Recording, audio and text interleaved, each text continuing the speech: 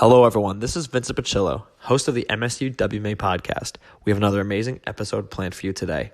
We recently had Liam Pommerich. Liam is a recent graduate of Loras College in Dubuque, Iowa, where he graduated with a degree in finance, and he now works as a paraplanner at a New Path Financial located in Ann Arbor, Michigan.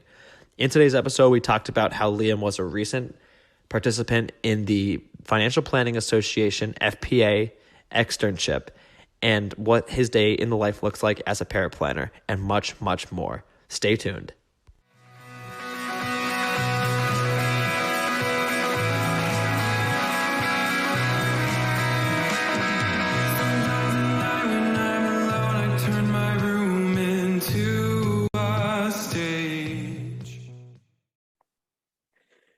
Welcome back, everyone, to the msuwma podcast. I'm here with Liam Pommerich. Liam, thank you so much for being on. Thank you for having me, Vincent. I'm excited to be here and share some of my story and a little bit about what I do. Absolutely. So, let's just get right into it. So tell me a little bit about your journey in financial advising, how you ended up in your role, and where your interest came from. Sure. So I'll go a little bit back in time. I attended Loras College in Dubuque, Iowa. It's a small liberal arts school right across the Mississippi River on the border of Illinois and Wisconsin. I initially wanted to pursue a degree in kinesiology, but I quickly changed my mind after jumping into some of the science classes. So from there, I chose to pursue business and ultimately landed in finance. I anticipated I would graduate with a finance degree and work a corporate job, but was introduced to financial planning through a professor, Brian Callback, at my university. And he had just started a certified CFP curriculum program, and he was promoting and recruiting as many students as he could, and he found success doing so.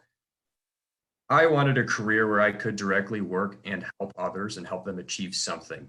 And a career in financial advising felt like a good opportunity considering my strengths and my knowledge. I'd always been disciplined around money and would often see my friends buying stuff they don't need. And that just didn't occur to me personally. And I just wanted to help people figure out ways to save and invest wisely. At first, I didn't feel comfortable with the idea of telling people what to do with their money, but I decided to give some of the financial planning courses a shot. I jumped into investments first. We had a semester-long project where we wrote a hypothetical investment policy statement, investment philosophy, did a risk assessment of a hypothetical portfolio, things like that. And I found the project really interesting and I really liked it. So I was intrigued to take another course where I jumped into I think it was financial planning and general insurance or something along those lines. And I enjoyed that class as well. Fast forward a bit, and COVID hit and I'd finished undergrad. I didn't actually finish the entire curriculum, CFP curriculum at my school. I took 2 of the 6 courses, but it's my plan to pursue it later. And my professor had sent me a link to the FPA externship, which was just introduced for students who were having a hard time landing jobs and internships. I was in that area. Yeah. And wanted to gain experience. So a little bit of background about the externship. It was an 8-week program covering pillar financial planning topics, estate planning, tax planning, etc. Included in the externship were webinars with CFP professionals all across the country, homework assignments, live e-money training sessions, which were geared toward whichever topic we were focusing on that week, right, and a diversity and inclusion piece, which was really unique. For the program, they did credit 40 hours of CFP experience, and that might change now, I'm not sure, but that's what they did for my externship. Right. And it was unique because you got a lot of insights to multiple planning philosophies and firms, which is something you don't get from your normal internship in office. Right. This program is flexible and that students, career changers, and even professionals can join and benefit from the experience. And for me, the externship made me realize the endless amounts of opportunity in the profession and the need for next-gen advisors. So fast forward a few months after that, and I landed a job here at a New Path Financial in Ann Arbor, Michigan. I was a financial planning intern for 3 months, and as of January 2021, I'm a paraplanner. Cool. That's awesome. So long-winded answer. Yeah, no, that's great. So, I like what you said about like your school, like where you went to, like they created a financial planning program around the time that you went. I feel like that was my exact same experience. So the minor, the wealth management financial planning minor was introduced when I was a junior becoming a senior. So it was great timing for me. And I feel like a lot of these other schools and programs are starting to realize the potential within financial planning. Like University of Akron has one, Texas Tech has one. I feel like there's a growing amount of universities that are having these programs because they see a lot of potential in it. So no, that's really, really cool. So tell me a little bit about how like what your role as a paraplanner is. Like how does that how do you differentiate yourself from a financial advisor? What are the like kind of similarities and what are the differences? Sure. So to me, a paraplanner essentially is an associate advisor slash advisor in training type of position. Okay. Much of my role personally is to help with tasks that free up time for the financial advisor so she can be more attentive to her clients and grow the business or whatever it is the financial advisor wants to do. Right. So it's a critical piece to a financial planning firm. Some specific functions of my title include preparation and documentation of client planning needs, direct communication with clients to assist in any service tasks or answer any questions that I'm able to answer. Right. I work directly for my boss, Nadine Burns, and I work with her to learn and understand the financial planning process. Uh, One important piece of my job is to sit in client meetings and take notes that provide follow-up actions for all of the departments within our firm, such as the admin department, paraplanning department, and advisor department. It's important for our workflow process to make sure we cross our T's and dot our I's and make sure nothing gets left behind for whatever it is that the client needs. Yeah. I think that a paraplanner role is great for new planners, whether they're recent college graduates or career changers, because you learn the financial planning process while working in the background. And if you choose to pursue the CFP designation, these paraplanner hours will count towards your experience requirement. And one thing I liked about this role is that there's no immediate expectation to bring in revenue. It's just a job function because you're focused on a back office role. And this is something that scared me from the profession as I was entering, as I'm assuming it probably scare a lot of others as well, because it can be daunting, but I mean, you got to be a salesman at some point if you want to be a financial advisor. There's just truth to that. Right. And then depending on your work style, you can choose whether you want to grow into more of an advisor role or stay in a back office role and do research or something along those lines. And then on the side, I am studying licensing up. I've got my SIE, my life producer resident for the state of Michigan, and my Series 7. And I plan on getting the 66 and the CFP down the road. So I'm able to build practical experience while working in office while building my knowledge and hopefully grow into more of an advisor role once I obtain the rest of my certifications. Yeah, for sure. So can you kind of go into, you mentioned the salesperson role to be successful in this job. Can you dig a little bit deeper into that? Yeah, of course. So yeah, like I said, being a salesman is part of a financial advisor. And it's something that definitely scared me coming into the field, but Right. you got to get good at, and it's one of those things where you get better with practice. I mean, you got to get out there and network, whether it's with other professionals or clients. You got to be sociable and you got to build trust. And I think building trust is the most important piece, especially when it comes to, you know, finding prospective clients and showing them what you know and what you can do for them and how you can change their lives. Yeah. I think it's important to just make sure that you're open and you're listening and you're willing to put yourself out there, even when it's uncomfortable. For sure. No, that's great. So I would love to kind of dig a little bit more if we can, like into your experience, because you mentioned how you graduated from CFP program, you took the externship and stuff like that. So what were the kind of courses that you took at, or what were the like kind of the required courses in your school's program? And how did that help to prepare you for like the next step, like in your job and stuff like that? Do you feel like you used a lot of the concepts that you learned from your classes or from what you did take? Yeah, so I took I took investments and I took general financial planning, insurance, and risk management. Part of the insurance and risk management course was virtual, so I didn't get the full experience I felt like out of that, but I still learned stuff. Yeah. But going back to my investments course, I feel like I learned a lot. We built hypothetical portfolios in Market Watch, and I mean, at that time, I wasn't really too familiar with what stocks were, what bonds were, and what mutual Right. funds. I was just entering the profession or just some of the curriculum and the material that's covered. And we used e-money in both of those courses, so I was able to get a little bit more experience using the financial planning software. They had e-money. I did the eMoney Fundamental Financial Planning Certification Program, which was like an 11-hour extensive coursework, and it basically showed you videos on how to do things, and you'd take quizzes at the end. And Right. that was something I was able to put on my resume, that I was familiar with financial planning software, that I had some experience taking the courses through the externship. And I think that was something that was very appealing when I was searching for jobs. But yeah, we also used Riskalyze, and I think it was really unique that my professor, who had just started this program, was already introducing the students to some of the financial planning software.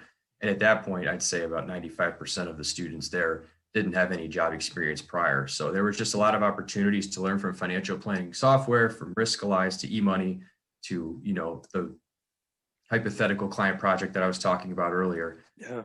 It was just a great around all experience and help build stories to tell.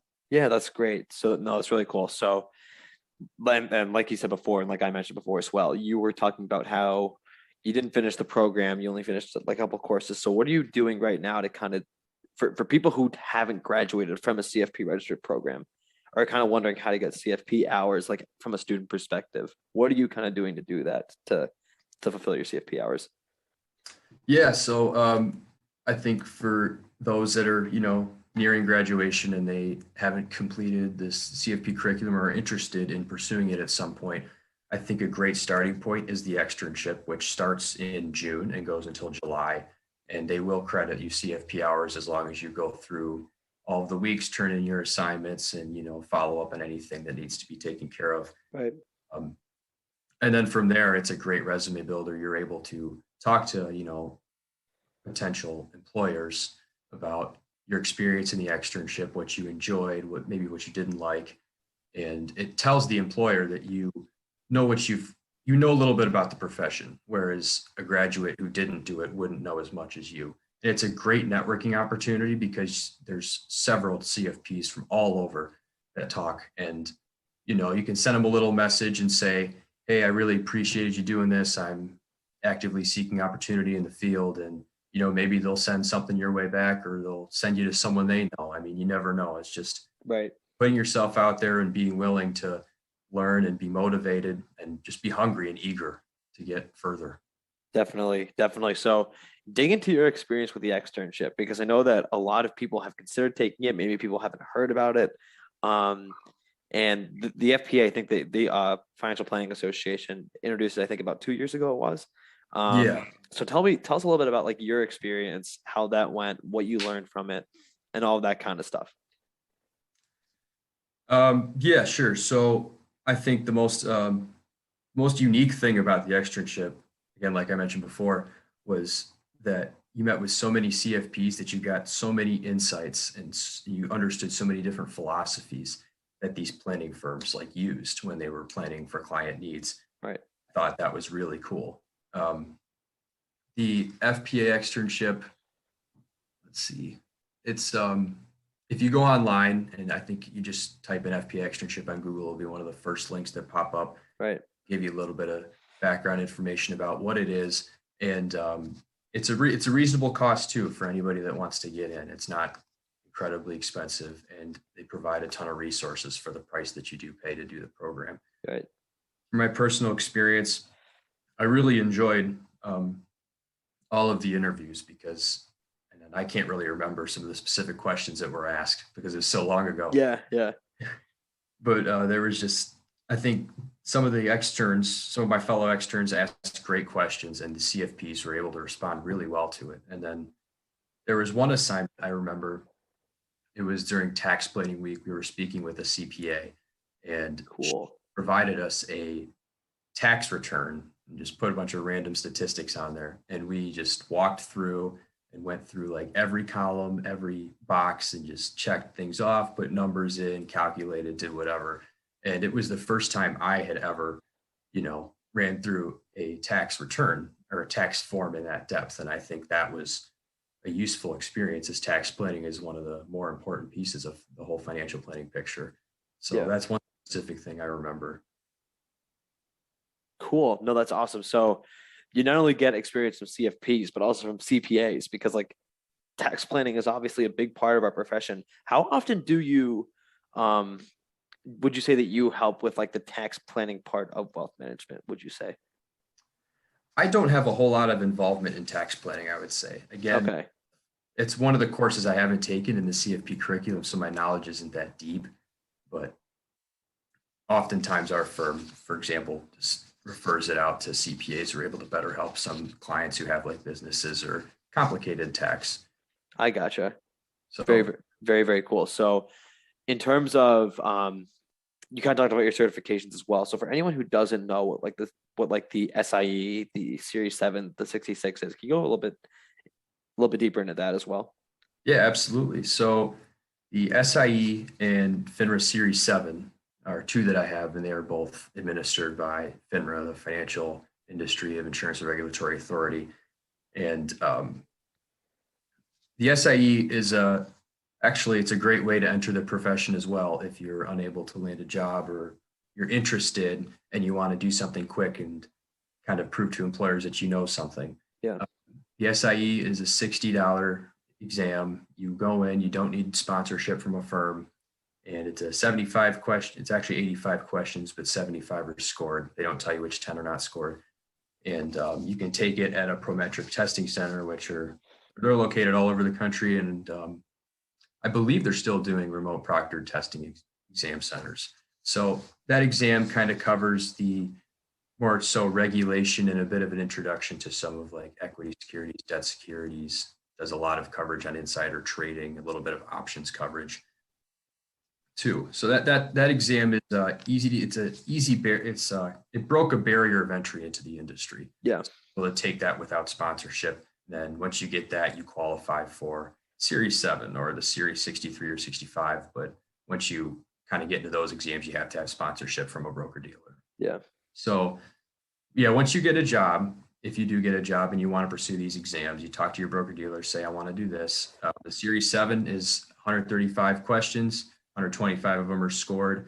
It focuses deeply on, securities and goes really into depth because if you pass that exam, you're able to buy and sell securities as a broker. So I took that exam. That exam is a bit tougher, but I was able to get through it. And the life insurance, I actually went forwards. I took life insurance before my 7, but the life insurance producer exam was administered by the state, and it was about 125 questions. Again, the same deal, asking specific questions about life insurance policies. And another thing I like about these exams is it is going to help prepare me to take the CFP. Right. They take the CFP and basically provide buckets of information, and you just study that section. And then, so like the Series 7 is pretty deep about investment securities. So when I go to study that in the CFP curriculum, I'll probably have a little more knowledge and it won't be as hard for me to go through it the first time. And I'll know it a little better from the Series 7 and the SIE as well. So those exams kind of helped me prepare for, the big one, the CFP, which hopefully I'll be taking next year or so. Very, very good. Cool. So we kind of talked about this before in terms of like the externship and stuff like that, but what would you recommend for students who are kind of considering the financial planning path or who've heard about it and don't really know what it is, but they're interested? What would you say? Be curious, be willing to put yourself out there, do some research and find some CFPs in your local area. They are held to the highest fiduciary standard, and it's becoming quite the gold standard in our industry. Yeah. So, I think if you're able to, maybe job shadow someone who's in a paraplanner role like myself, and I'd be happy to talk to someone who is looking for, getting that practical experience, or, just asking a CFP to share some time, maybe go buy them a coffee and ask them a few questions, pick their brain, see what is more about the practical side of the industry. And then if you're looking to get real deep, then you could, consider taking the SIE to gain some experience, a little bit of knowledge, and something to talk about with potential employers. If you're looking for work in this area, you could do some research on the CFP board website and find a CFP certified curriculum education requirements. There's plenty of programs all over the country, and a lot of them are virtual. So, find something that works best for you, put yourself out there and talk to professionals and, job shadow, I guess. Very, very cool. So, last question that I want to end this off with you. Any general advice for students, especially college students who, their career is about to, excuse me, their career is about to take off, um, and they're finishing school and stuff like that. What would you recommend In what terms? What do you mean by what would you recommend? in terms of like your general advice for students? I would say, but for college Okay. students Okay. especially, yeah. Yeah, I mean, find a mentor. I think that's incredibly important. Yeah. Career pursuit, no matter what career you're pursuing, there's going to be tons of challenges and you'll get knocked down over and over again, and you just got to get back up. And then having someone to talk to about some of the struggles and celebrate the strengths with, I think is really important. And you could also learn so much from them. And a good mentor would be someone who, has some experience in the industry that you're pursuing, whether it's a boss or you find some mentor through an association or club that you're a part of. Like I know the FPA has a mentorship program. Yeah.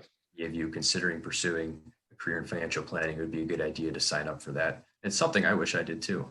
Yeah. I could do. So yeah, mentorship is really important. Awesome. I mean, I totally agree. There's something really cool about mentorship and having, like you said, having someone who's there to celebrate the success, to learn from the failures, someone to walk along with you throughout the process. And you're right. So FPA does have a mentorship program.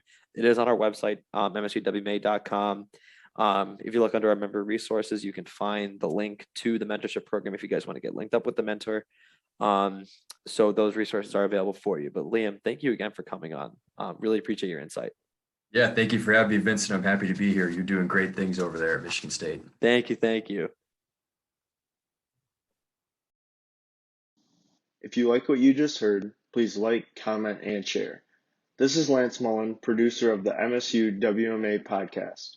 MSU WMA, or Michigan State University Wealth Management Association, is a student organization part of the Eli Broad College of Business, located in East Lansing, Michigan. Our mission is to inspire and educate the next generation of financial planners. Thank you for listening to today's episode. If you enjoyed, please check out our channel on all platforms such as Spotify and Apple Podcasts, and check out our social media at MSUWMA and MSUWMA.com.